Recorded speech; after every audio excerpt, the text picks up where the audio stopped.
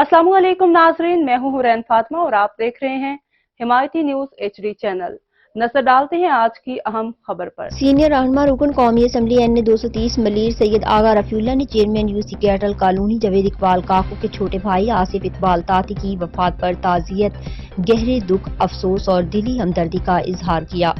MNA Syed Agha Rafiullah ने मरहूम की बुलंद दर्जात के लिए फातिहा खानी और दुआए मगफिरत की।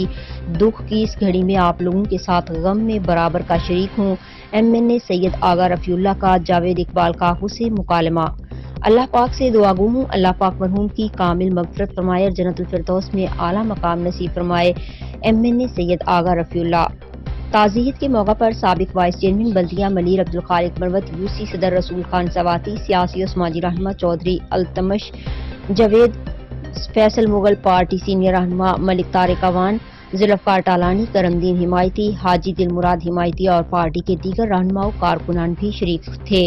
मजीद खबरों और अपडेट से बाखबर रहने के लिए देखते रहें हिमायती न्यूज HD चैनल।